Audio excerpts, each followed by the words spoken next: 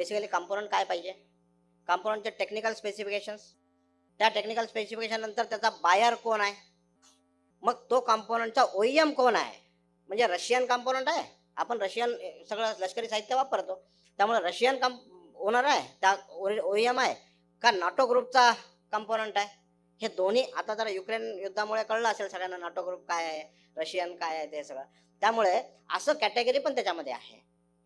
Quantity wise आणि किती import सरकार करतं दरवर्षी तेही डिटेल आहेत. काय प्राईसने करतं ते प्राईस पण आहे. विदेशातून किती रुपयाला हा आम्ही आणतो, याच्यापेक्षा काय पारदर्शकता पाहिजे. त्यानंतर स्पेसिफिकेशन क्लिक केल्यानंतर त्या कुठल्या कंपनीचा आहे हे तर सुरुवातीलाच कळतं. आणि त्यानंतर तुम्हाला बायर कोण आहे, त्या बायरचं नाव, त्याचं डेसिग्नेशन, त्याचा फोन नंबर आणि त्याचा ईमेल आय डी, याच्यापेक्षा काय पाहिजे आणखी.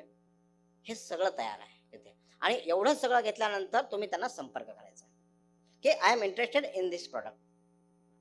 आणि I am interested in this product म्हटल्यानंतर तुम्हाला त्याचं कम्युनिकेशन एस्टॅब्लिश होईल. ज्या कंपोनंटचं टेक्निकल स्पेसिफिकेशन ओपनली देता येणं शक्य नसेल, ते तुम्हाला NDA साईन केल्यानंतर देतील. मग तुमची व्हिजिट प्लॅन होऊ शकते. कारण शेवटी सगळं काय ऑनलाईन प्रॉडक्ट थोडी ऑनलाईन तुम्हाला बघून कळणार आहे, जायला लागेल. पण एकदा व्हिजिट प्लॅन करण्यासाठी आपल्याला त्याची मदत होणार आहे आणि सिलेक्शन ऑफ आयटमसाठी मदत होणार. या सगळ्या विषयामध्ये केंद्र सरकारने आयडेक्स नावाचा एक इनिशिएटिव्ह सुरू केला. तो आयडेक्स विषय असा आहे, आपण डिफेन्स स्टार्टअप चॅलेंज नावाचं कधी ऐकलं असेल. आतापर्यंत 6 डिफेन्सचे स्टार्टअप चॅलेंज झालेत. युवा वर्ग मोठ्या प्रमाणावर आहे, त्यांनी लक्षात घेण्याचा विषय आहे. म्हणजे फक्त युवा वर्गासाठीच ते चॅलेंज ओपन आहेत असं नाही.